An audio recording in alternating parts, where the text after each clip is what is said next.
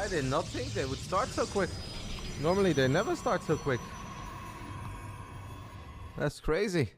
Look at Max C. I forgive you, mate. I forgive you. I love you. Thank you. You know where it went wrong last week, guys? I have to move my camera, actually, by the way. WTL, we use a different camera than... Last week, I was not wearing my captain band. Armband? How do you call this? This is just an armband? Maybe that's where it went wrong. Last season before, we always rock the captain armband. We didn't do it this time around last week. Maybe that's why we lost. No, Reynor. We are very happy. Let's do it! Let's get it on! Basilisk plus ShoWTimE versus KaiZi Gaming. This will not be a neutral stream. Did we just draw first blood? First blood! We're flying today. Alright, GG's guys, wrap it up. ShoWTimE, his probe is built different. ShoWTimE is of course the red Protoss in the top side of the map. Jieshi is our blue Protoss in the bottom side of the map. Jieshi, by the way, believe it or not, guys, does not use any hotkeys at all. I know you guys have probably studied all these YouTube videos on how to get better at Starcraft 2. And everybody tells you to do this, that, everything. Meanwhile, Jieshi doesn't group anything. I don't know if he uses camera hotkeys. I'm actually kind of curious about it. But he does not use any army hotkeys. The man refuses to group a single unit. And he's really good. He competes in the ESL Spring Asia Regionals. Has taken out some of the best players in the world. One of the finer Protoss players that China has to offer. And the man doesn't hotkey anything. He has one hotkey? Ooh. I am not making this up, by the way. It is true. All the pros have been talking about it. ShoWTimE went 1-1 last week on his debut in WTL-Guest-Member versus Christianer. I don't think he played bad. Christianer just played damn good, to be fair. I actually really like this draw for us, though. I believe that D-Mauer gets a lot of PvP practice. And I am kind of confident in this one. We have learned last week that we can never count ourselves rich before we are actually rich. Something along the lines of don't count your chickens until they hatch. But I have a lot of faith in D-Mauer. I don't think he uses anything, Flame of the West. I think he just clicks some buttons, mate. Nah, he probably uses his keyboard to build stuff. Otherwise, it's impossible to play. I build Immortals while clicking on the icon. Because I haven't changed a single hotkey. And the eye is so far away, guys. So. First Oracle does get deflected. Good unit positioning there by Jieshi. But ShoWTimE already has very quick blink on the way. Jieshi is the one who's up 5 workers. It's a little bit tricky, by the way. It's Jieshi who has blink on the way.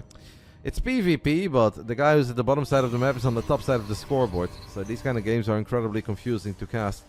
Because we do use the production tab a lot. Let's see if our double Oracle can get something. Stalkers are busy dealing with the Adept. Here comes the Mauer, baby. Justice, the range from above. That is 6 workers. Make it 7, make it 8. Oh, oh, oh. 8 workers and both Oracles are still alive. Now, did you guys say that it's a wrap? The moment he killed that first probe, I knew. I am willing to go on the record and say that I've never ever seen ShoWTimE lose a game when he kills a probe that quickly. It's a great start here on this lovely, I think we can call it a Super Sunday, right?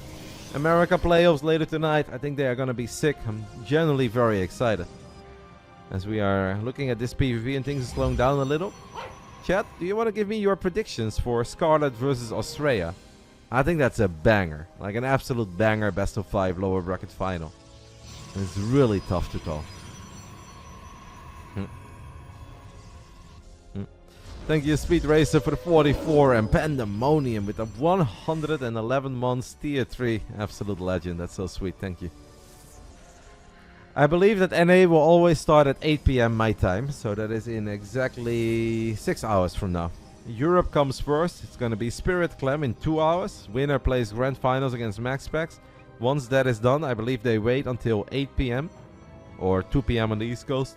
11 AM on the West Coast. And that's when Scarlet Australia happens. Isn't that insane, Reynor? Yeah.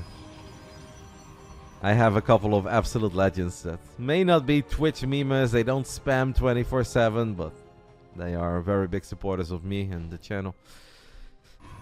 I appreciate you guys very much.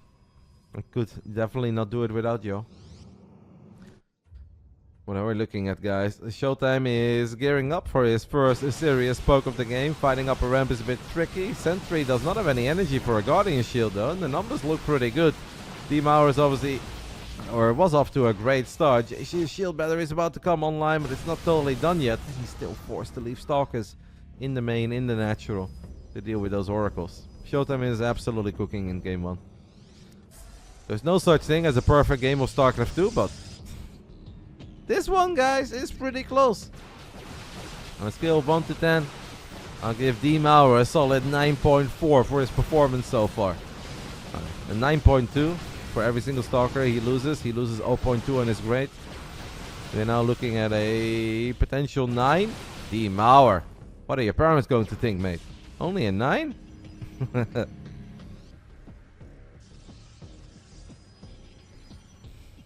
I feel like I have a lot of things, Reynor, but not that big of an ego. Unless I'm just hanging out with the boys, kicking it off stream, couple drinks in, then the ego comes out. I'll admit it. But if I'm just here on a lovely sunny Sunday afternoon, I'm just a humble, sweet, hard-working man. Jieshi is doing his absolute best to stabilize, but I think ShoWTimE just has a bit too much. Does end up losing the oracles. Jieshi is counting down the seconds until he at least can get his hands on +1. Actually, those Zealots are making a difference. Jieshi is battling. ShoWTimE wipes in 4 more Stalkers. Maybe we can blink forward. I think we can blink forward and kill some of those low HP Stalkers. He doesn't want to do it. I felt like that was an okay moment to blink forward. That's a great hold, to be fair. With how bad of a start this was for Jieshi, it's actually a really good hold. Now, I still think Jieshi is in all sorts of trouble. He's down in workers. He's down in Stalkers. But impressive. Gotta give it to him. ShoWTimE is not a part of Basilisk, but this season we have teamed up together with ShoWTimE. Since Serral is obviously busy, he's fulfilling his mandatory military service. So we had the choice, either we send in Roddy, or we team up with a different orc. And we decided to team up with Big, or in this case just ShoWTimE specifically, since Big obviously only has 1 player. It's fun for us. We love playing with ShoWTimE. He's an incredibly nice guy. He's a great player. And I think it's cool for everyone, because finally we get to see D-Mauer in WTL-Guest-Member. As Jieshi, his Zealots are pushing him back a little. ShoWTimE is bleeding out a decent amount of units. Game 1 is played on US West. And I don't want to say that I'm starting to get nervous, but this game is not quite the walk in the park that I thought it was going to be. But just because we have teamed up with ShoWTimE, I want to get this clear on the record one last time. That does not mean that you guys won't see Serral in WTL-Guest-Member. You guys will see the great Jonas Sutala play some games. And it might actually happen sooner rather than later, so. ShoWTimE is a Merc. If you want to call teaming up with a different player a Merc, then sure. That's what it is, I guess. So when does ShoWTimE get recruited to Basilisk? I think he's very happy with Big, and we are happy that he's happy. He's not able to play in WTL-Guest as a one-man team. And by working with us, he is able to play. I'm going to have to pull off a good hold here, guys. Like, I think it's a doable hold, but don't forget that Game 1 is always played on US West. And US West means that Jieshi should have a bit of a better ping. Actually, maybe against Chinese players, it's always US West. It's not going to be easy for ShoWTimE to have perfect micro here. He uses battery overcharge, but Jieshi does a good job in gunning it down immediately. D-Mauer, though, does have units coming in from different angles, has the immediate reinforcements, can blink back to some batteries at the gold. I want to say ShoWTimE is fine here. It wasn't super easy, but I think we're going to be fine, especially if those extra units from the main base start participating in the fight. It is definitely a close battle. That +2 is helping out a little bit for Jieshi. ShoWTimE has lost some of those units on the north side of our screen. We really need a few more gateway units here, guys. I want to say, I think we're going to be fine. I really hope we're fine. That Warp Prism of Jieshi get a bit closer. Forward blink is very scary, because Jieshi has warped in a few extra Zealots. Uh-oh. ShoWTimE is 10 seconds away from having +2. He's got that gold. He should be able to warp in for days. Jieshi, by the way, has spent some of his money on an Immortal, and I'm kind of happy about that. Because it takes a long time before that Immortal actually participates in the fight. ShoWTimE holds, but he is in a lot of trouble as the War Prism is now shifted, has gone into the main. Mauer is starting to run very low on units. Battery overcharge has bought some time, but we have lost 8 probes. It's unbelievable. But Jieshi, our Chinese Protoss, without a single hotkey, is starting to break ShoWTimE here after what felt like was an absolutely disastrous start. And I joked that I've never seen ShoWTimE lose a game where he killed the first probe at minute 2. I guess there is a first for everything. Man, that is a rough start. I can't believe it. I really felt that ShoWTimE was a forward blink away in the bottom left side from one-shotting a whole bunch of Stalkers of Jieshi and getting the job done. He decided to play it safe, just went home even though he had more HP on his Stalkers, he had a few more units. Maybe it was a difficult call for ShoWTimE to make, but yeah, we're actually in a bit of trouble. It's not game over, but ShoWTimE is absolutely in trouble.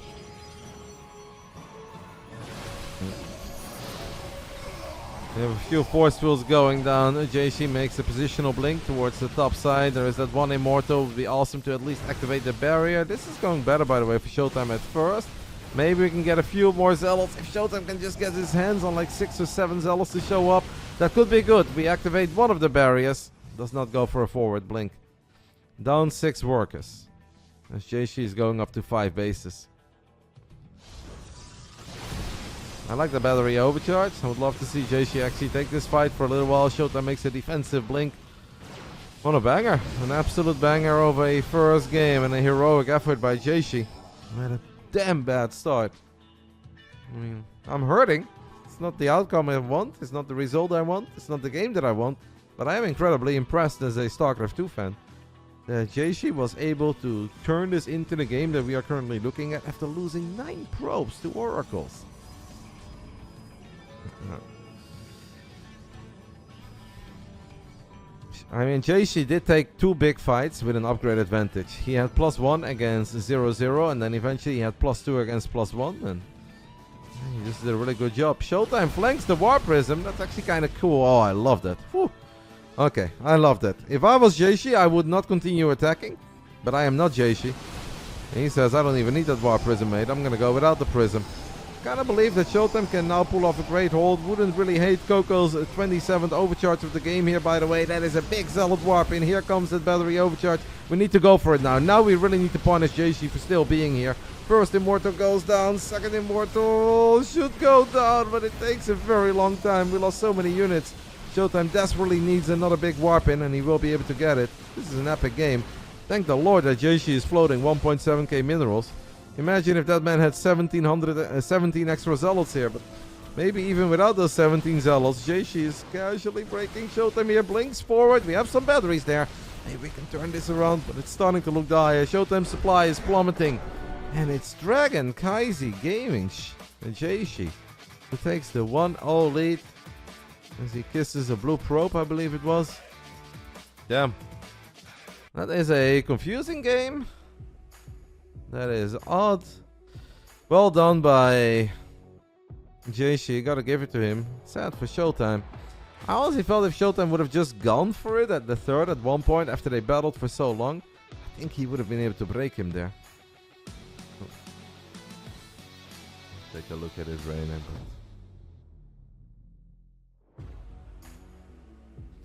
Don't let it get to you, mate. Kudos to Jieshi for turning it around. Incredibly bad start. It's really hard when you're playing Blink against Blink, and your opponent also has 2 Oracles. So I'm impressed by the performance, and I'm very unhappy with the result. You know this guy? That's fine. I mean, I took a look at his chat history, and his chat history is a bit weird.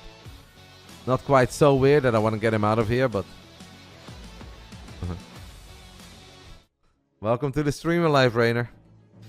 Those are questions that I ask myself incredibly often. Is this person trying to be funny, or is he just a dick? It's a fine line, you know, but... Alright, game 2. We are going to battle on side Delta. In the bottom right side, once more spawning at the top side of the scoreboard. An impressive turnaround in game 1. Dragon KaiZi Gaming's Jieshi. In the top left side, representing BASILISK and ShoWTimE. It's ShoWTimE. Come on, Mauer. What if Mauer is just our new 50-50 guy. What if the 50-50 arc of Reynor is in the past, and Reynor is gonna go 2-0 every single freaking playday, and now that ShoWTimE has joined our forces, he has taken over Reynor's old role of going 50-50.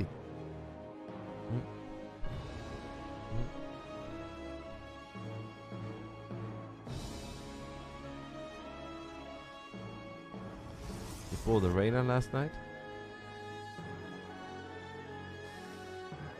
Oh, mate. Outdoor or indoor? Is this live or recorded? You see, Jigatal Dipson is also a special one for me, Reynor. Jigatal Dipson has been here since 2010. Well, let's say 2012. That's when I started streaming. He watches me approximately 24 hours a day. He has truly never, ever, ever, ever been here with me casting games that already happened or watching some VODs casually at 1x speed. And then he hits me with the, is this live? Yes, it is live, Jigatal Dipson. It happens to be live very often on this channel. And if anybody should know that, I feel like it's you. There will be one series, the third series of this Clan War, that is not live, but it is played like yesterday, or it's played within the last 24 hours or 48 hours, and I don't know the outcome of the games. The reason why that series is not live is obviously this is a big day for Trigger. It's final day of the American regionals, so we don't want to bother him by having him play at, what's his local time, guys? If we start at 2, be 8 a.m. Like, we're not going to ask Trigger to be here at 8 a.m. to play games in WTL when he has a big grand finals coming up at 8 p.m. That would just be incredibly silly. So Trigger has already played before, but I don't know what happened in the games. And I don't want to know.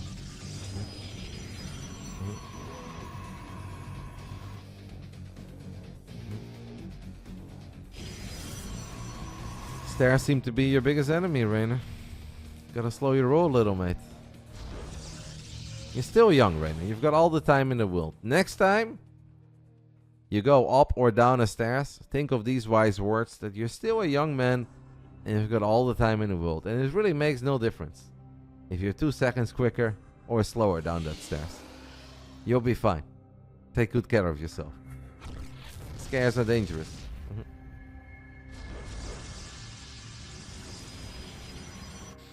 ShoWTimE making a Void Ray here. Why is he making a Void Ray, guys? Why is our man the Mauer? I think he can cancel that, right? Ah, then again, that's a lot of gates. I'd still say maybe cancel. We can activate Pulsar Beam here in the middle of all these spaces. Ah! ShoWTimE shakes his head and lets go of a deep breath. He knows that was not quite the Oracle play that he's looking for. In his defense, he is playing on probably US West. Playing from Europe on the US West server is not easy. If this is on the European server, I can guarantee you that ShoWTimE micros that a lot better. Playing with ping is hard. It is indeed not good micro, but we can't be too harsh on players when they have misclicks, when they're playing with like 160 ping. It's just, that's not what you practice. That's not the ideal StarCraft 2 experience. It is what it is.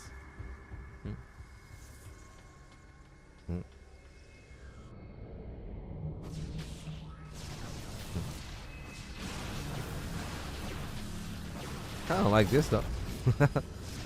Let's hope it's not just the Zealot that activates the Stasis Trap. It is just the Zealot that activates the Stasis Trap. Jieshi really wants that Void Ray, does not get it.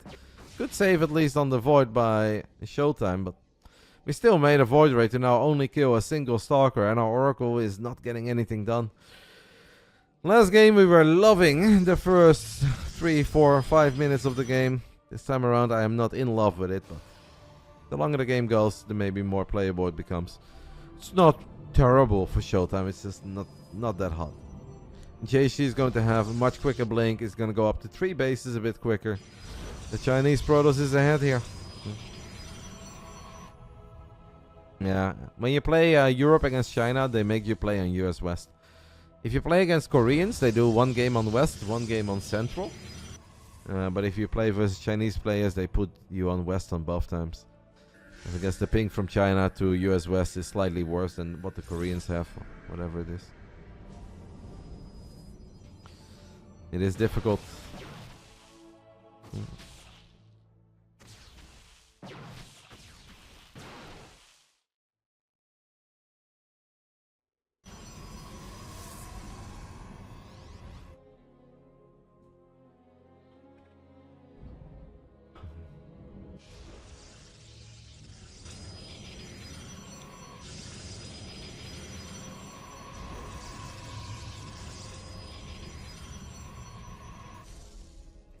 Jieshi is going to fire up charge once more. There's a good chance that ShoWTimE is going to stay just on pure blink a little while longer. I feel like if you didn't like your early game, if you're just in a bit of an uncomfortable spot, it doesn't make too much sense to go for a Zealots early on, because you're most likely going to be the defender. And if you want to defend, Stalkers and Batteries are actually incredibly good against a combination of Stalkers and Zealots. So ShoWTimE is, however, moving out. I think he's just trying to get some information, figuring what's up, what kind of position are we in. Jieshi has been investing a lot in stuff like a 4th base, a lot of extra gateways that will all come into play a little while later. It's not quite here yet. So the numbers, when it comes to battle units, actually favor ShoWTimE a tiny bit at this point.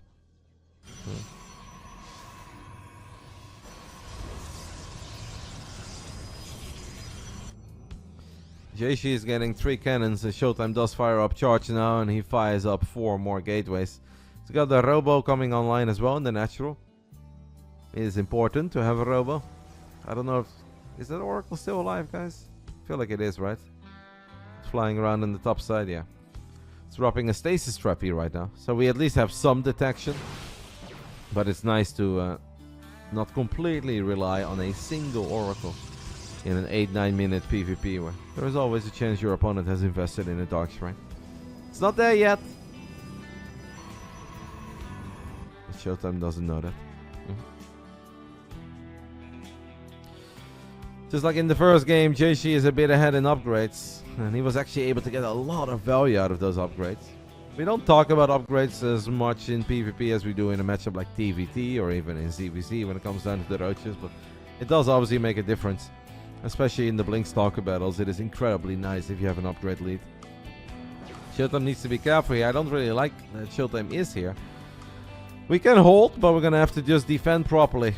ShoWTimE is down a couple workers. Does still have that Oracle. Jieshi has just warped in a cannon. ShoWTimE knows about the cannon. Just letting that Oracle appear on the minimap there for a split second forced Jieshi to warp in some units at home. It's actually kind of nice. Every unit that's not with this army is going to make it more doable for D-Mauer and Basilisk plus ShoWTimE to hold. I have faith, because this is where ShoWTimE shines the most. We didn't name him D-Mauer for no reason, as he guns down the Observer, has a stasis trap here on the left. I kind of believe that we can hold this, guys. It's not going to be easy. And Jieshi is going to have that upgrade advantage. Stasis trappy for the ages. Boom. Take that. Yes. Great stasis trap. Even if we can't capitalize on it, it's just nice, because this is buying time. And the more time that ShoWTimE has, the more likely it is that he's going to be fine. Jieshi still just casually runs in there.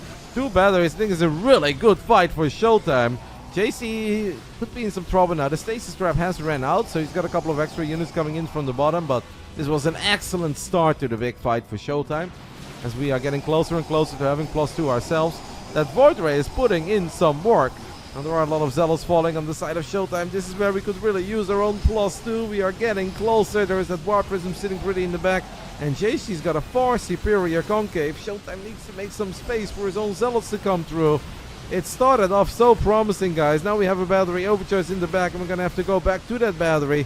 Finally, ShoWTime's got his own +2. Is that then good enough to turn the tide of this battle?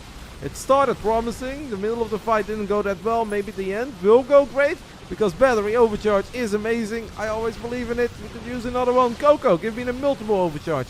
Forward blink by Jieshi.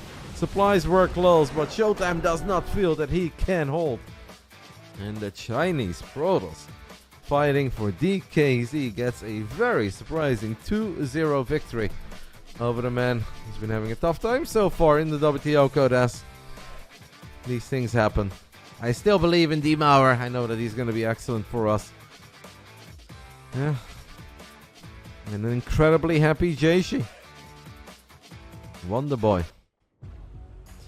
2-0 lead, guys, for DKZ. As we are going to get ready for Reynor versus Hero. That's a tough one. The second game started off really bad for ShoWTimE, but the first game started off fantastic. I think we should have won the first. The second one, like that can be difficult. 1%. Who are the 4 believers out there? I want to know. Mad face, layup. Not stupid with the biggest return ever. 100 points just got turned into Lord knows how many. That too is Starcraft. Jieshi 2-0. Impressive performance by him. Sad for us. That's not what we were looking for, but hey, we gotta give some respect to a great performance, and that was incredibly well done. Next up, a banger though. Reynor versus Hero. Best of 2. Reynor 2-0. Hero 2-0. 1-1 draw. We kinda need a 2-0 here, guys. We kinda need a 2-0 here. And that is difficult because there are a lot of good Protoss maps out there. But I always believe in our boy. This will be played on the Korean server, and that means that both players will have an incredibly low latency.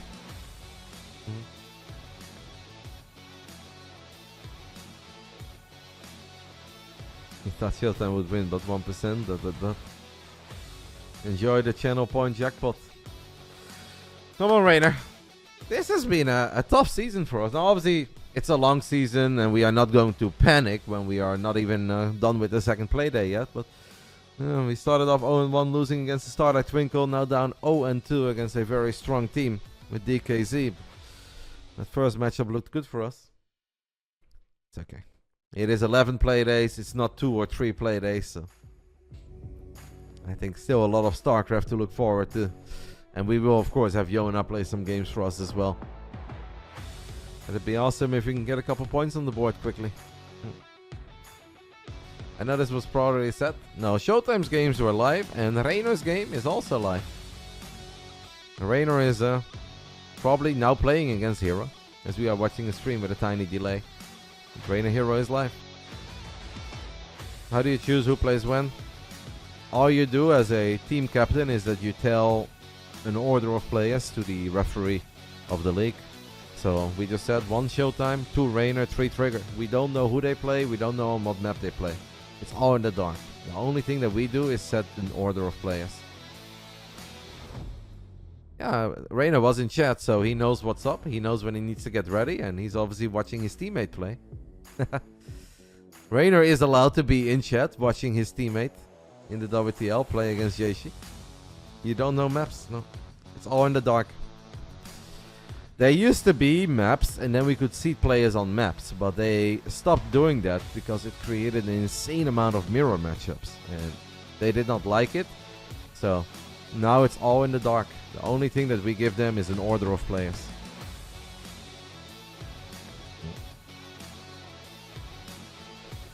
Let's hope Reynor plays a 6 series against Hero. We need it. This is very difficult. What if Reynor wins yesterday? Do they wake Hero up to play? Not really, because the times are very different in that regard. Like, if Reynor would have to play one game right now, that wouldn't have been so bad. But if Reynor would have been playing today, then we would have put in the request earlier that Reynor would play at a different moment. I also like to say that Hero has to wake up. I mean, it's pretty late right now in Korea. It would have been late yesterday as well. Can you summarize the games quickly? ShoWTimE had a dream start in game 1. Then he went for a mix between expanding and pressure. Couldn't quite break Jieshi. And the only thing that Jieshi had going for himself is that he had better upgrades. He just had a good hold. And then eventually he decided it was his time to attack. And he kept on fighting with +2 versus +1. And yeah, just managed to tip the skills in his favor. Upgrade shined very big. And in game 2, Jieshi had a much better start. ShoWTimE had an Oracle, couldn't quite find the damage that he was looking for. Made a Void Ray second, couldn't really get value out of the Void Ray, so he was behind him. Was close to holding, but not close enough. MaxPax does play WTL. MaxPax is playing for Storm Gaming and Navi. Is Reynor qualified for Dallas when MaxPax won't attend? I believe that is the way that it goes, yeah. I am not in charge of the ESL rules. I have obviously nothing to say in that regard when it comes to the rulebook. But to me, it would make perfect sense if Reynor plays the series against RotterdaM, because they both finished in 5th and 6th place. So I feel like you should let them play against each other. But I believe ESL has a rulebook. They stick to the rulebook. And they will just then transfer the slot to the next highest seeded player. And that highest seeded player is Reynor. They did the same thing in the qualifiers, where it was Milky Cow and Night Phoenix who were playing in the final series. Then apparently one player dropped out because he didn't play this season. I forgot who that was. Yeah, Serral. Serral dropped out. So then they gave it to the next highest seeded player. And that was actually Milky Cow. So that's just the way they do it. Max should be denied prize money. It's an incredibly bad take. Why would MaxPax not be allowed to have prize money in an online league? What does MaxPax do different than everybody else in this online league? Nothing, mate. Online competitions are allowed. It's a qualifier of offline events. It's not. It's a standalone tournament. It is not a qualifier, mate. How do you explain that the first place for that tournament is 15k, and then for the offline event it's also 15k? Then you're saying that the qualifier is as big as the main event. That doesn't make any sense, does it? It is a standalone event. And MaxPax is absolutely allowed to participate in a standalone event.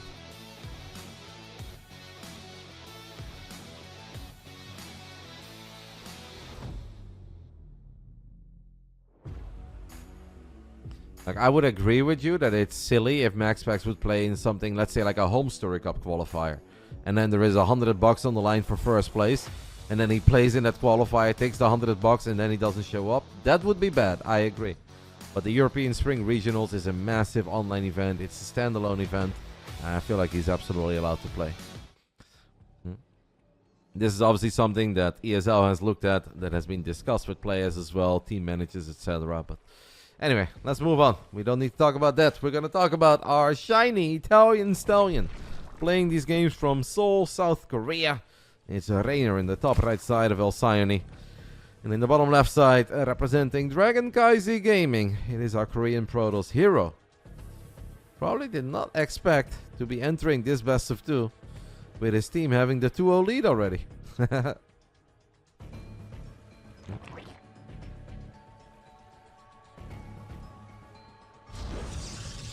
This season there are no webcams, by the way, as part of the ESL production, so there's no penalty in that regard either, right? Nobody uses the camera. And if you guys wonder why that changed, that obviously has everything to do with now the casters being the producers of the event. So Wardy runs the stream, or Biomov runs the stream, or Statfest runs the stream, and asking them to also set up the player cams. It is possible, but it just adds more layers of complication and allows for more room for error, and then everything goes wrong and the show just becomes worse. While in the past it was DreamHack with a experienced full-time crew running the shows. They had time to set all of that up.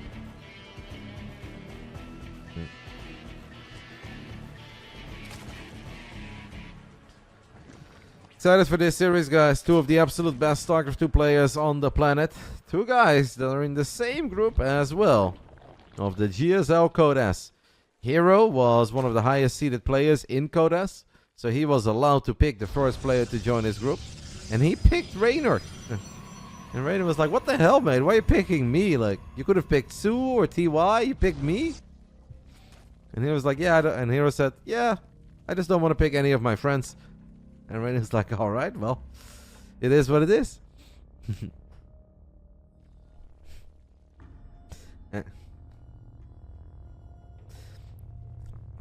I don't know exactly what Hero's reasoning is for picking Reynor in his GSL Code S group, but what he told Reynor is that he just didn't want to pick any of his friends.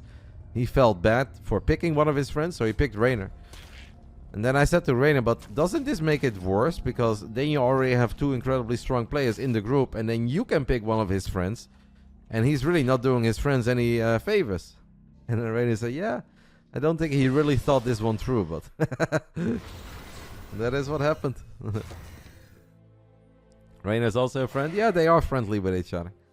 Many events, they spend some time with each other away from the tournament as well. So these two are on good terms. But I don't know. Maybe Hero just wants to play some sexy PVZs. Who knows?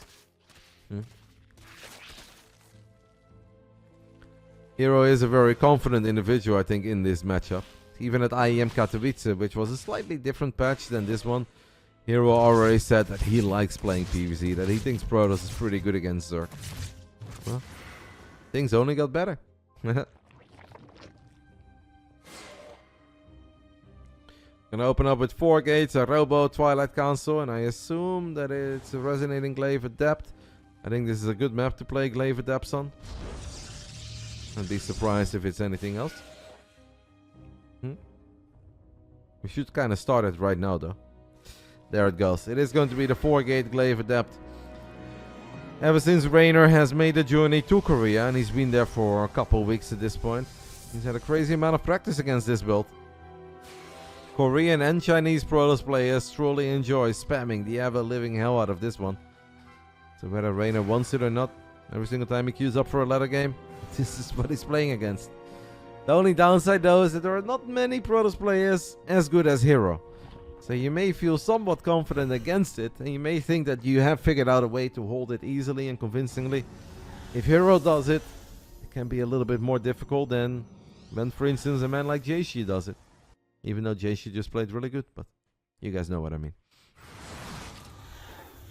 Hero, Reynor forces the Prism to turn around, so gets a very easy, confirmed scout. Nosewood up. Still has a Spore Crawl on the way. Spore Crawlers are not bad, because A, they put some pressure on the War Prism from time to time, and B, just in case it's a Dark Shrine follow-up, you have some detection. Reynor stopped at 37 drones. Feels like a perfect amount of drones. Will Hero let the Shade finish up? I kind of think he does. That's pretty reckless, and the Roach is already here. I like the start of this battle for Reynor. Obviously, the Lings will fall. That's pretty much what always happens, but there are so many Roaches on the way. 4 Adepts do make it into the main. War Prism is in the corner of the main as well.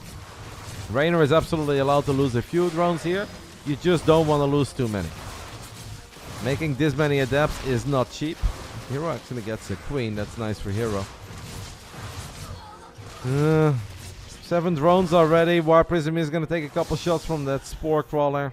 -8 drones, a bunch of Zerglings. Hero still on 2 bases. Reynor knows that Hero is still on 2 bases. Yes, Reynor is in a hotel. Seems to be a beautiful hotel. Hero sent out a probe there to build a pylon in the Nexus, but the Reynor, his Zerglings were able to slow that down a little. At this point, Reynor feels confident that the worst is behind him, that he is safe to drone up. Can probably fire up a lair. I'd be very surprised if he stays on hatchery tag a whole lot longer. The quality is not great, guys, but this is the absolute best that I can do. I am not allowed to join the games. So the only thing they do is they give me a link and they allow me to just watch this link and show it to you guys. It's not perfect, but it's still pretty fun. We are always able to watch some high-level Starcraft. Hero is going to move out with that War Prism, 2 Immortals inside of it. Sure, he's going up to 3 bases. This is still a bit scary because Immortals are so freaking good against Roaches. Reynor does not have Roach speed. The Adepts, by the way, have finished up their Shade, so they're going to be in the main base. And Hero just kind of leaves the 2 Immortals and the War Prism alone. Yeah, that's fine, I guess, because the Prism can always save the Immortals.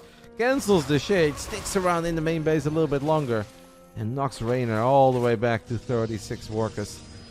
This is looking pretty grim.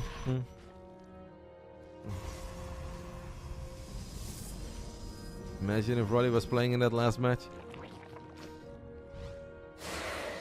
Jieshi played really well, right? We can't take anything away from him. Not the result that we wanted. This is a very biased stream. I am not a neutral commentator here. I'm cheering for my team, but I will obviously always applaud a good effort. And yeah, Jieshi played well. Gotta give him some kudos. I think Reynor is in a bit of trouble, guys. We don't have Roach speed. This is a pretty big Protoss army. The Immortal count is now at 3. The Adept count is high. Hero throughout this game has killed like, what, 20-something workers? Has taken out the vast majority of the Zerglings that Reynor has produced as well. Okay, that's an interesting shade to finish up.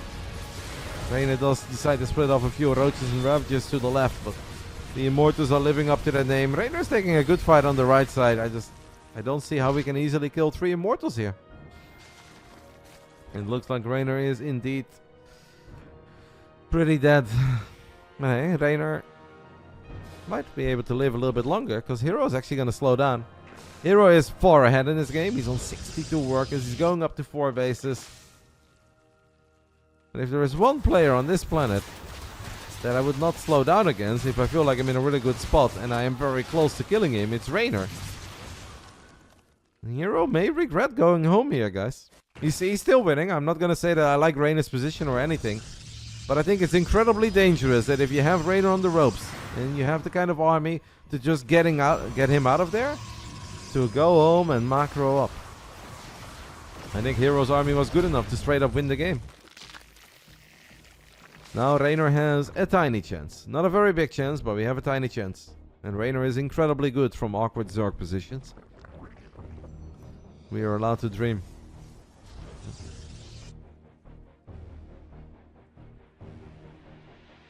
Wonder what he's gonna do with the infestation pit.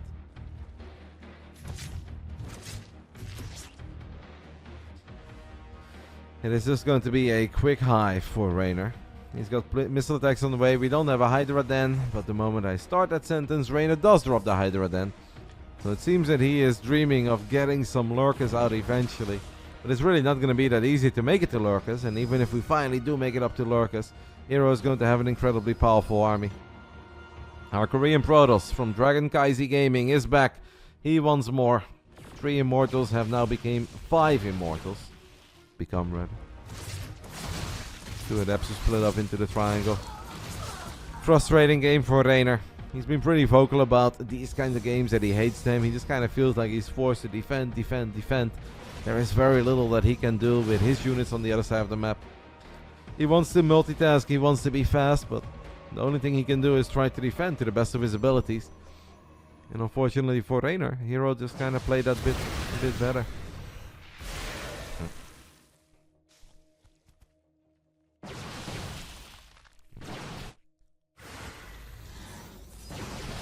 Do the Stalkers have Blink, by the way? I feel like if we have this many Stalkers, we must have Blink. I feel like I completely missed that.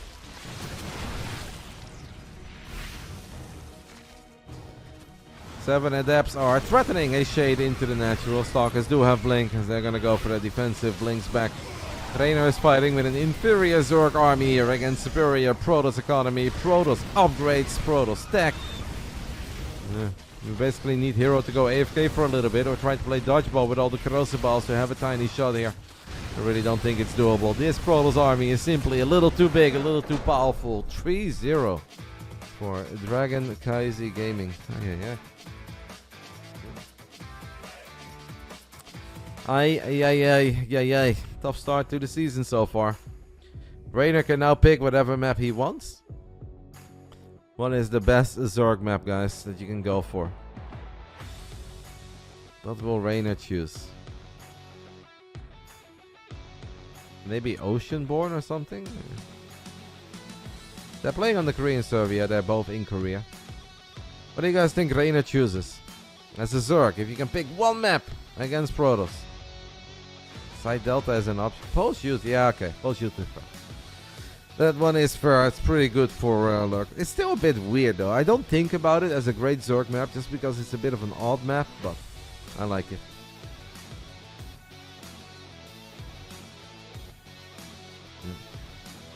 How's the ELO decided? I think they determined the ELO based upon your performance in the Masters Coliseum, in the Kung Fu Cup, and in the WTL Codas. They don't care what you do in any other tournament. Their ELO is determined by only WTL events. So the Kung Fu Cups on the Wednesday, WTL over the weekend, and a big event like Masters Coliseum whenever they have it.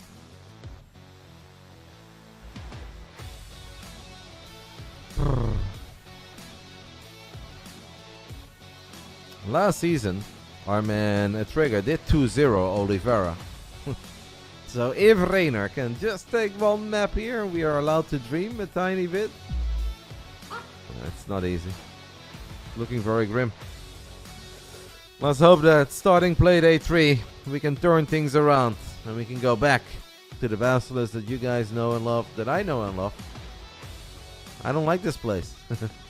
I'm used to going undefeated or, well, dropping 1 battle in 2 seasons.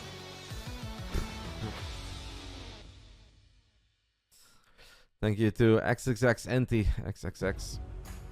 So we are waiting for game 4 to start.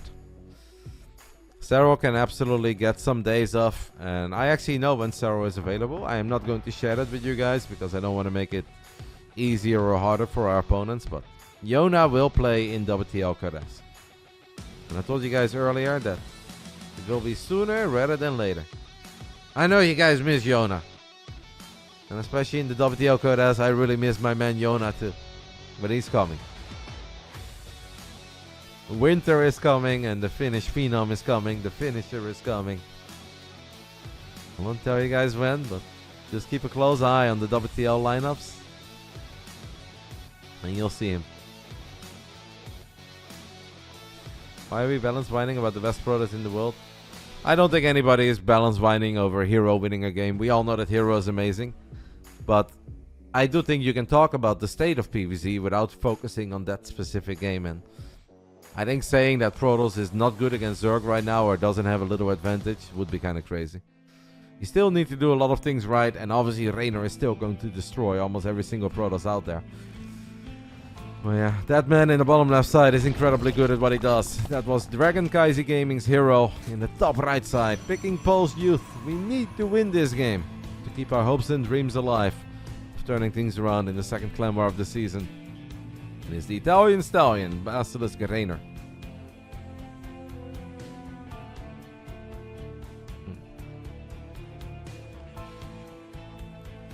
We had 5 years. Yeah, like I'm not guys. These kind of conversations or discussions are a little bit silly. I'm not arguing over the fact that Zerg was good against Protoss in the past. That is true.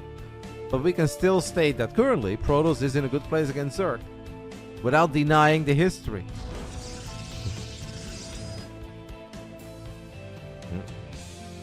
It is absolutely a fact that there were times where it was almost even impossible for Protoss to win. I wouldn't say that it's impossible for Zerg to win at the moment, but Zerg is powerful. Hero playing Nexus first, by the way. I'm feeling validated. Hero going Nexus first. If you guys ever watch me play PvZ, you'll see that I'll go Nexus first every game. Besides the games where my opponent 12 pulls.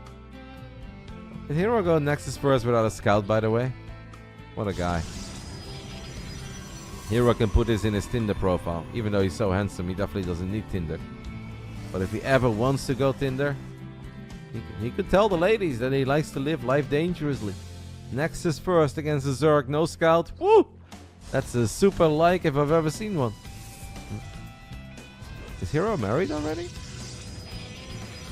Did not know. Yeah, actually, he has a ring. I believe he wears his ring. So yeah. Hero's wife would be considered. Maybe that's why she married him. Maybe that's why he's already locked up, the handsome devil. Because he likes to live life dangerously. His lady knew a long time ago. Yeah, he is married. Yes. Sorry guys, I do not really keep up with everyone and their marital status, but a lot of our video games are getting older and Hero is indeed married.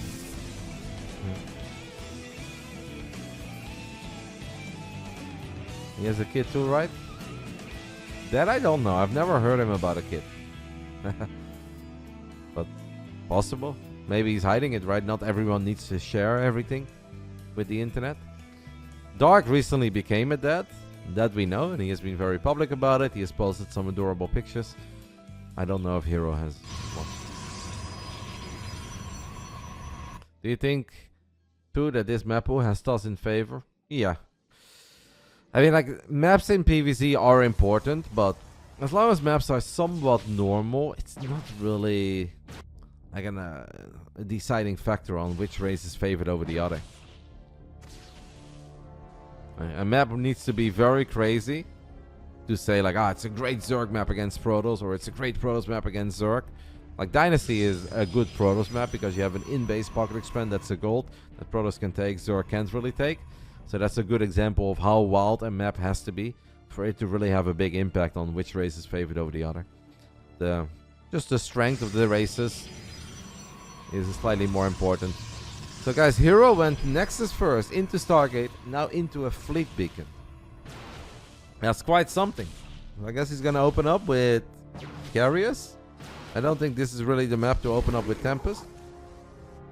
Unless he feels that there is a sick Tempest spot out there somewhere, but shout out to Eba for the raid, I appreciate it. I feel like this must be Carriers, right? Old school 4 carrier opening into Blink Stalkers.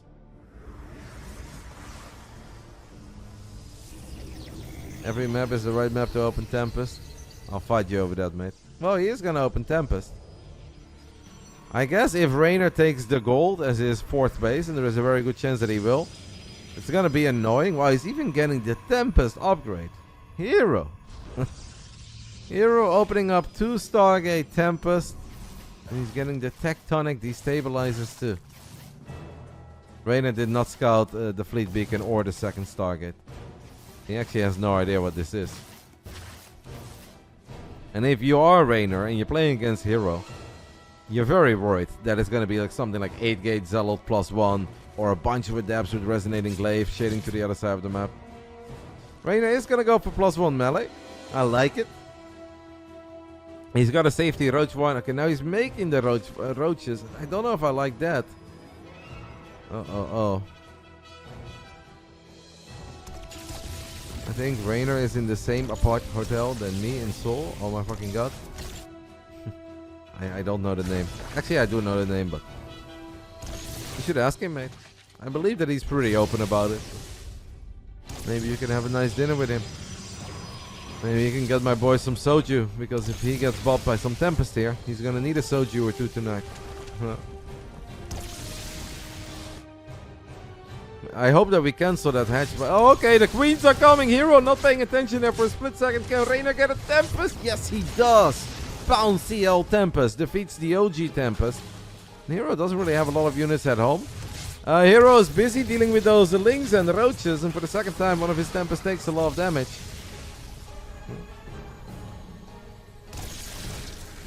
Reynor is trying to bait those Tempests far on creep this time around. Hero is paying attention though. Spire is about to come online. I know you can go for Corruptus here, but is there a world where we can play Muda? I know it's very scary to play Muda against a guy with 2 Stargates and a Fleet Beacon, but it would also really suck to build Corruptus. I guess we can just play some Link Corruptor for a bit and take it from there. Hero does get what he's looking for, and that is a cancel on the 4th hatchery, as he's now going to shift his target to the other 4th hatchery that Reynor was building. Corruptors are on the way. Queen's going to be forced to go off creep, and this is where that Tempest upgrade is so big. Reynor is forced to cancel this one too. Now one of the Tempests is off creep and gets picked off. We're counting down the seconds for those 7 Corruptors to show up. Oh my god, it's a kill! Oh no.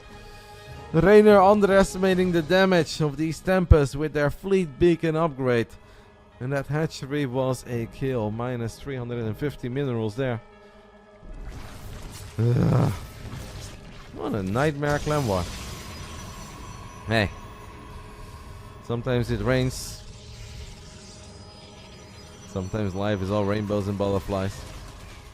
I would say it's raining cats and dogs at this point, but Reynor does get a cancel on the 4th Nexus, so that's something. Unfortunately, we do not kill that Oracle. Oh. Well, I am not mega worried about a whole bunch of Void Rays. I just don't think that Void Rays are all that great. And even if you guys think, yeah, but Void Rays are good against Corruptus, the thing is just that there is often a lot of other stuff happening, and that's maybe where Corruptus can put up a pretty good fight. If the Queens start helping out, if you just kind of get in and out of range, fire one shot, try to out-micro the Voids.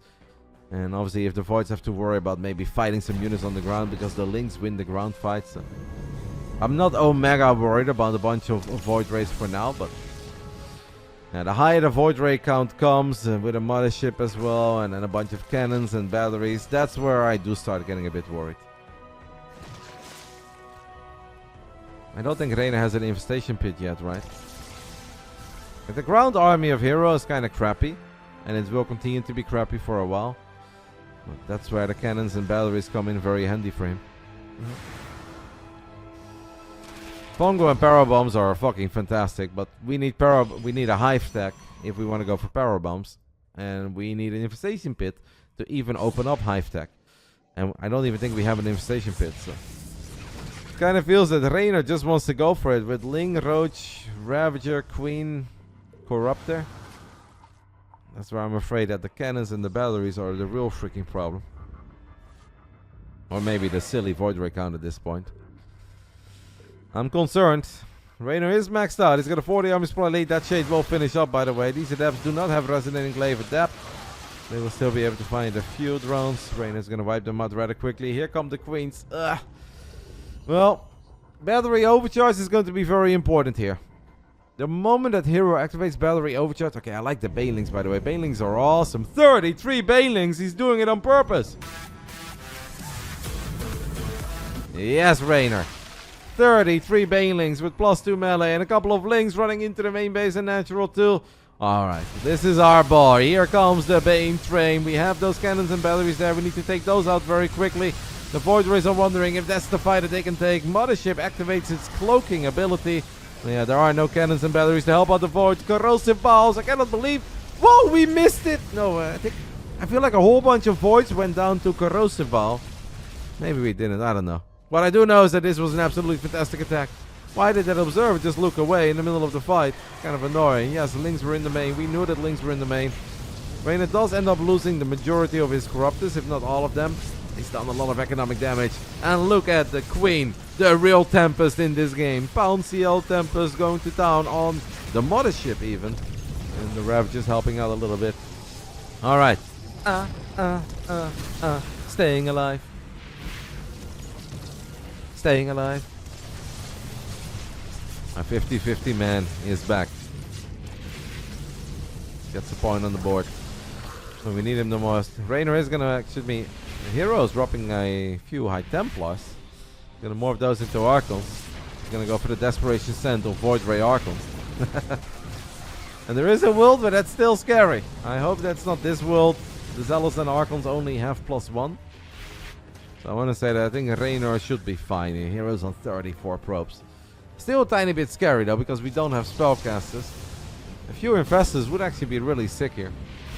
He's great against Zealots, great against Void Rays, great against the Archons. Reynor needs to be a tiny bit careful that we don't take the worst fight ever. Just needs to buy some time. We got 65 drones. We've got a gold base. Every second that goes by is a good one for Reynor. We just need to hold. We should be fine, right? I'm just traumatized, guys. I think we are fine. The Voids are going to activate Prismatic Alignment, but they're going to have to float away against those Ravagers spamming Corrosive Ball. The Corruptors are doing their thing, and Reynor gets the job done. Well done, matey. Well done. I know you did your best. Alright, we get a point on the board. We at least get a point on the board, and we are still allowed to dream. Reynor with the 1-1 draw. Not many predictions here, by the way. Was it too difficult for you guys? A 1-1 draw. Oliveira versus Trigger. Best of 2.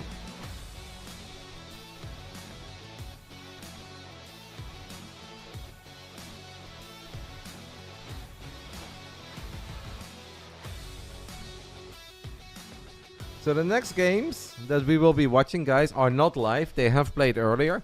The reason they played earlier is because Trigger has an incredibly important evening, and we don't want to see him play a game at 8 AM when he has to play a grand finals at like 5 PM his time, right? That would just be ridiculous. So we let Trigger sleep in, get the rest that he deserves. He has already played these games. I don't know what's going to happen. They have already played, but I don't know what has happened because I don't like watching games live with you guys if I know the outcome of the games. So we need to pray that Trigger played as good as he did against Kalazur. If he did that, then maybe we'll still get an ace match. But we can only pray.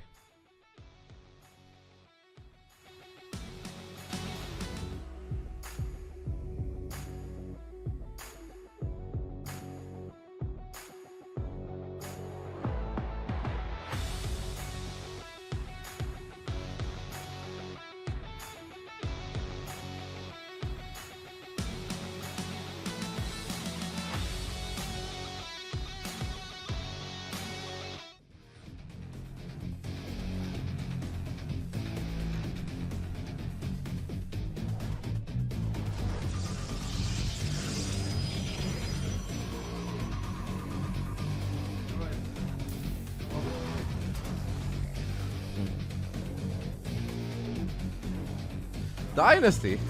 Hey. It's not the worst map to start on. So I believe they played on either Friday or Saturday, but once more I obviously do not know the score. In the top right side, guys, we're looking at the main base of the man who's going to be playing in the grand finals tonight of the American Spring Regionals. It is Trigger. Bottom left side, you're looking at the main base of the reigning world champion of Starcraft 2, Oliveira.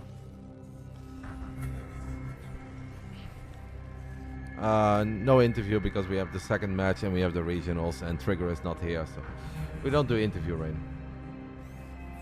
now. But don't go anywhere. We might need you. Come on. we might need you. Don't you go anywhere, mate. We're not sending out Roddy for the ace match. ShoWTimE might be fuming. Trigger is still asleep. If you're gone, we're gonna have to send out me. Like, we don't want that. We need a 2-0 for Trigger to go to an ace match. If Oliveira wins just a single map, then this clan war is unfortunately over. Serral to the rescue. Unfortunately, Yona's not available today. But he will be available soon. We'll get some Yona, guys. Oliveira checking to see if Trigger has expanded quickly at the gold, but that has not happened. I like that pylon, by the way. High ground pylon for a low ground cybernetic score. Makes it impossible for the Reaper to hop in. The only downside of this cyber core is that I do feel like you're likely to end up being in a very awkward spot where you potentially lose it.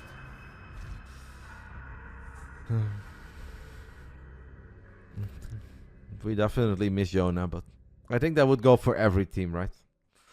I cannot think of a single team out there that could have Yona, and then if Yona is not available, that won't miss him.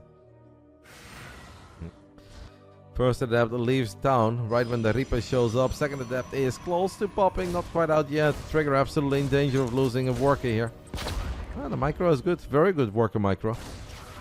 Very good worker micro, and this Reaper could actually be stuck. If we get one more shot off, then I think when the shade finishes up, we can kill it. And, we did not get one more shot off. How much can this adept see on the other side of the map? I'd love to see Trigger's vision. I don't know if they're going to show us. Alright, that's nice. Let's the shade finish up to the gold, and I do believe that adept can see that the base is there. This Reaper is now stuck. And now we get it! First blood. Good defense by Trigger, not losing a single worker there is actually pretty impressive.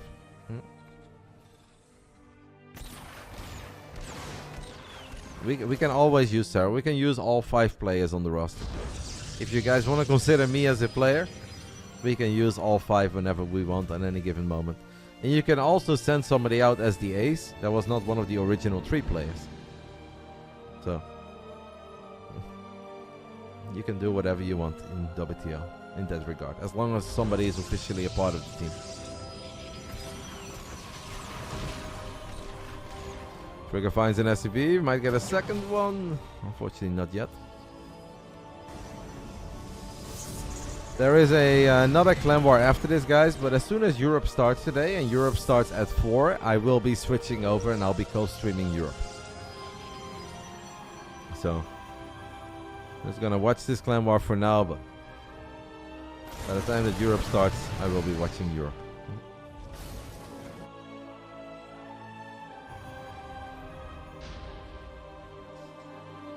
TVT for us, but hey, the TVT in the upper bracket between Spirit and Clem. One of the highlights for me across all 3 regionals. Such a sick series, such a sick game 5. Sad result obviously for Reynor, because that meant he had to play against Clem in the lower bracket, but for Spirit that was an amazing moment.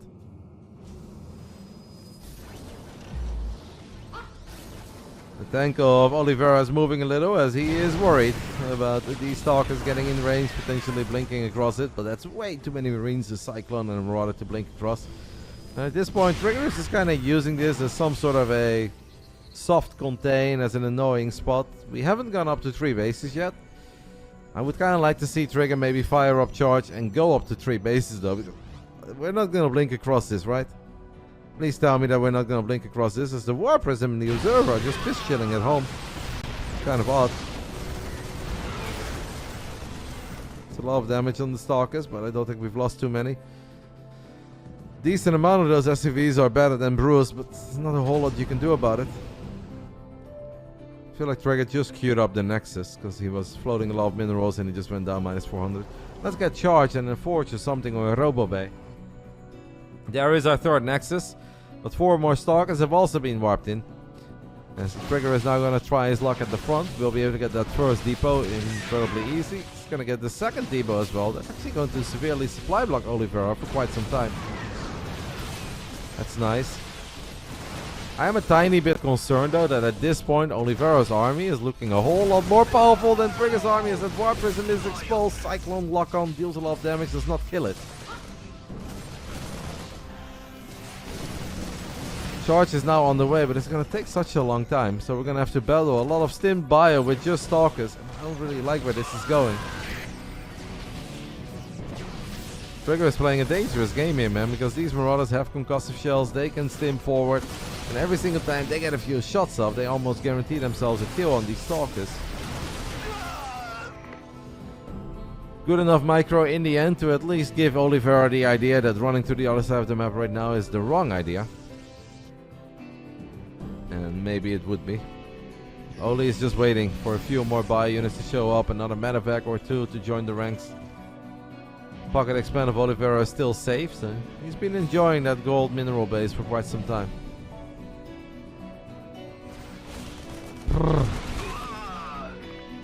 Scary game. I don't really like it because I feel like we're incredibly Stalker heavy. And Oliveira just has a good army against Stalkers. No, Stalkers are units that always have some potential.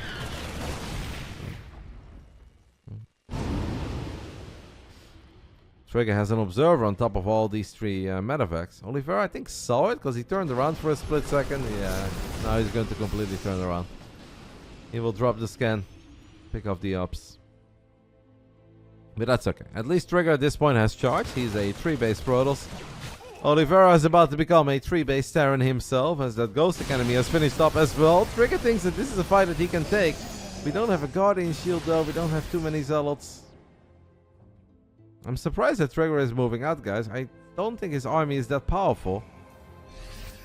He seems to think that it is. Alright. Maybe we just go for some multi-prong, Warp Prism on top of that tank, or he's just gonna go for the main. Actually kind of smart, I think, to maybe avoid this pocket expand and just go for the main. You know there is a bunker there, you know there is a tank there. Oliveira is going to stim a couple of units back immediately. Trigger. Alright, that's a lot of Zealots now in the main base. Oliveira is definitely going to need a few more units. Does have a Ghost popping. Ghosts are incredibly useful. At the same time, Trigger thinks about running into the natural. We blink forward, snipe a medevac. Would have been nice if we could split off 2 Zealots into the mineral line, no? In the natural. I feel like 2 Zealots just going to the top left side of the orbiter, getting on top of the SCVs there, that would have been awesome. It's important that Trigger doesn't overstay his welcome here. Gets EMP, the Immortal gets stacked, and the Immortal will get gunned down. Oliveira is sitting at 1100 minerals. It's not something you see very often. Trigger doing a better job in spending his resources. It's finding good damage, but it's not crazy damage yet. Finds a few more. He's gonna pick up 4 Zealots. The other Zealots will probably just get picked up. Unless he decides to recall them. We've got a Colossus on the production tab. Maybe a second Robo would be awesome in a game like this. As the Zealots now find that tank too. And this Warp Prism play is actually pretty damn good, eh? The Warp Prism play is quite sexy.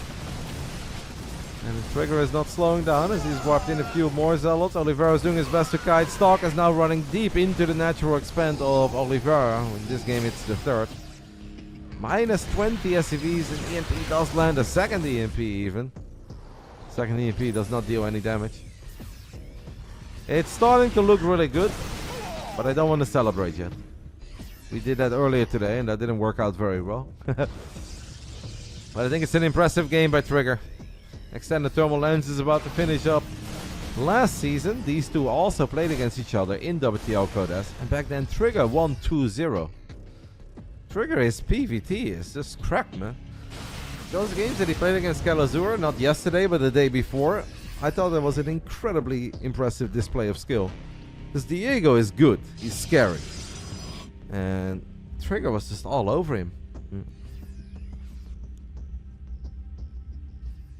It's funny how Trigger just starts playing better and better throughout the playoffs in NA. So. I don't even think he has a single tank anymore, mate. I think that tank died to the Zealots. He is working on Vikings, Oliveira that is, but now we've got a couple sentries in the mix as well. We can activate a Guardian Shield and the Colossus can just poke from afar. The Viking count isn't really there yet. First force field, not bad. We're gonna get a ghost here perhaps.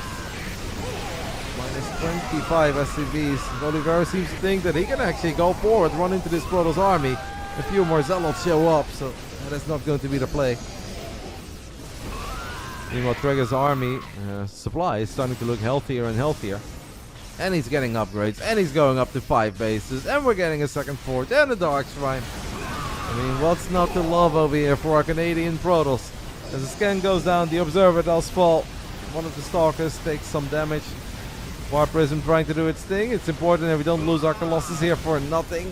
The second Colossus does fall, the War Prism falls, but I think it's okay. Trigger is so rich. He has killed 50 SCVs, guys. I think the gold minerals have been mined out, so Zealots were just able to walk in. Or he just killed every single SCV here on the low ground. Oliveira down to 30 SCVs. You know, Canadian Protoss is once more playing an incredibly good PvT on Dynasty. What do you guys think Foxer feels about Dynasty? You guys think Foxer would say that this is an alright Terran map? And it's really impressive what Trigger is doing. Dark Shrine online now as well. I think you can just click the DTs into the OG pocket expand because yeah, the gold minerals are mined out. What used to be a wall is no longer a wall, and we don't even need Shadow Strike to get to the other side. I don't want to... Oh, we have a missile turret there. I was like, what? There's a missile turret next to the refinery. It was well hidden. Well, one DT does still make it into the main base. There is a ghost in the mix that can drop an EMP. That's exactly what Oliveira does. This base is about to become a planetary, but Trigger blinks forward, gets underneath the 2 Vikings. That's awesome. And Oliveira just had enough of it as a few Zealots stormed into the pocket expand. Man, just like last season. Trigger takes the 1-0 lead and we are gaming. Man, imagine if he would have won this 2-0. That'd be so sick. It'd actually be very, very sick. Now Oliveira can pick any map that he can think of. I wonder if he picked Side Delta just to prove a point to Foxer. Nope. Oliveira is gonna pick Post Youth, just how Reynor picked Post Youth. Oliveira is gonna pick it too. Did I see Max Pax take the rich gas gold in PvT? Yeah, I've seen him do it twice now, and I've seen him win with it twice.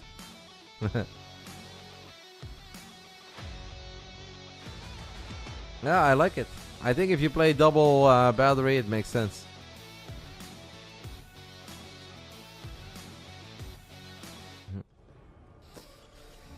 Alright, could be the final game, but if Trigger managed to win this game 24 or 48 hours ago, whenever the hell they played, it means that we are still going to an ace match, and that would be fantastic. I'd be so happy.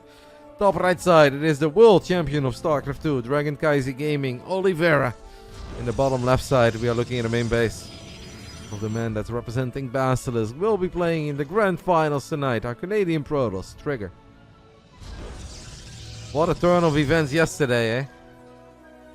Down 0-2 against a Scarlet who was just completely destroying and dominating the region, winning 13 maps in a row.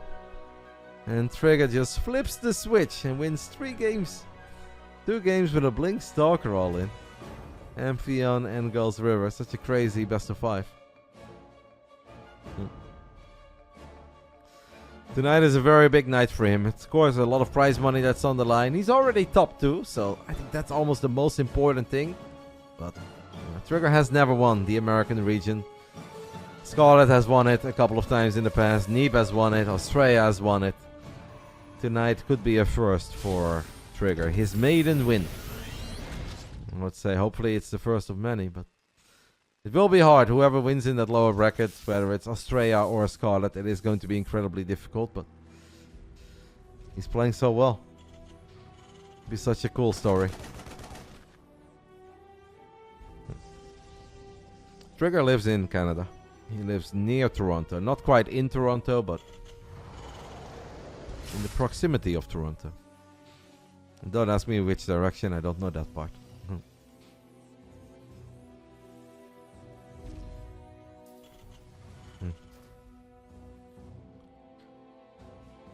Oliveira going for a quick factory. We already have a reactor on the way as well. There is an... What is happening on the top left, guys? Uh-oh. Is this a proxy starport? Is this going to be a Hellion drop? What server are they playing on? Probably US West. I believe they play on US West here.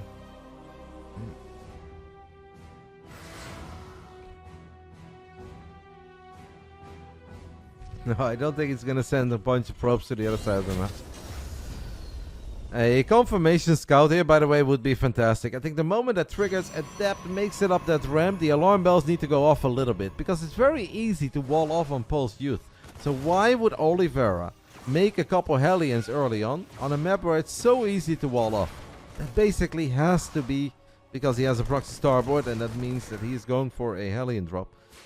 Unfortunately, we haven't quite confirmed the Hellions yet, but now we see the first two Hellions being clicked down this ramp. At this point, Trigger knows. Even when you know, that doesn't mean you're not going to take any damage. I think he's going to look for that starport now at least. And then get all the units at home. You need your hands on every single little bit of DPS that you can find. So even adepts are going to be incredibly important in the defense here. West for first, Taiwan for second. Okay. Meanwhile, Trigger going for a quick Dark Shrine, by the way. That's actually kind of a cool idea against a man who's going for proxy starport. Because that means they don't have a tech lab, that means they don't have a Raven. It is incredibly likely to get scouted though. Because these Hellions are obviously going to find their way into the main base. That Adept needs to turn around. Like, we can lose 6 probes or something here and then we're going to be okay. But we don't have a shield battery and now I'm afraid we're going to lose a whole lot more. There is a bit of Sim City, but okay, that's awkward. Let's go. The probes are so clumped up and there is no shield battery. Will the Hellions go for it? No, they don't go for it. And there's a War Prism here. Oh, what a pickup, baby. There is a War Prism here. And that War Prism just picked up like 6 probes. That's awesome. Actually awesome. Incredibly good defense, man. For a man who had no shield batteries, that is incredibly good. Only losing 2 workers. Whew. But we're not done yet. We are not done yet. Hellions are still around. And the second wave is just as scary as the first. Here come those Hellion Stalkers, are close.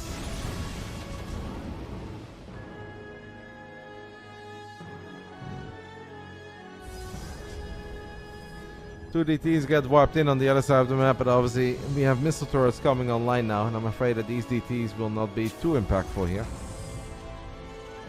Ah, please don't do that. So apparently game 2, oh jeez. Oh jeez, oh jeez. Okay, that was kind of scary. And now the Hellions show up for round 2, and they're gonna get 6 probes, make it 7, make it 8, and that is a problem.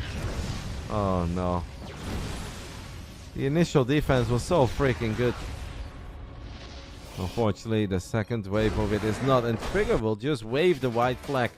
The DTs did not find any damage, lost one of them, loses 10 probes to the Hellions. And apparently that was it. And that means that this is the end of the Clan War. Dragon KaiZi Gaming gets a 4-2 victory over BASILISK plus ShoWTimE. Yeah, Jieshi was their MVP. It was, and it started off so good for us. It's kind of sad. GG's. GG's. All 3 points go to DKZ. We are still stuck with just a single point after 2 playdays. Obviously, we'll keep on fighting. It's still a long season. There are 9 more playdays to go. There is a second Clan War, guys. Psystorm Navi versus Berserker Esports. I can stick around and watch like 1 game or something, but after that, I will swap over to Europe. I want to do co-streaming for the European regionals. 25% of y'all believed in a draw, and it was a draw. I mean, good performance by Trigger. Just unlucky that the PvP didn't go our way. Kudos to Jieshi, kudos to DKZ. Perhaps we'll see them again in the playoffs, guys.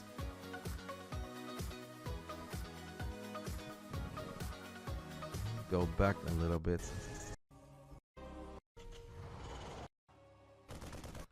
I don't know, by the way, guys, if Trigger forgot Blink or if that was just a part of the build order because he wanted a quick Dark Shrine. But I think the reason he left, I didn't want to say this live because it was like maybe I'm an idiot and I just missed it, but Trigger never got Blink. Twilight Council finished up and he just made a Dark Shrine, but we never got Blink, so maybe that's the reason he left. He's a 3-base Protoss that is 8 workers down and only has DT tech. He does not have Blink Stalkers to slow the game down. You could go Zealot Charge first, obviously, but then you're going to take a lot more damage from any additional drops. Maybe the ping was really bad for Trigger and he's kind of gambled that the DTs would be awesome or that he wouldn't take any damage himself.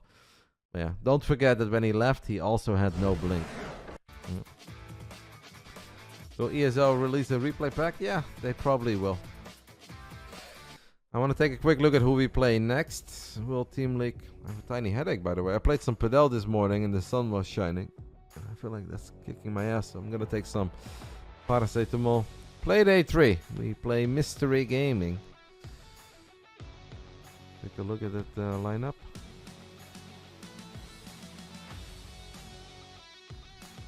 Next week we play Mystery Gaming. Alright. I think that's where we start winning, guys. Obviously we planned on starting to win at play day 1, but it wasn't meant to be, so. Play day 3, that's where we'll start winning. Try again next week. What day is that? Matchy? Next week we play on the Sunday again. So on the 12th of May, our journey in WTL-Guest-Member will continue. That's when we're gonna duke it out with Mystery Gaming. And perhaps you guys will see some Serral there. Perhaps the great Yona Sutala will be making an appearance. If it's not play day 3, it could be 4 or 5 or 6.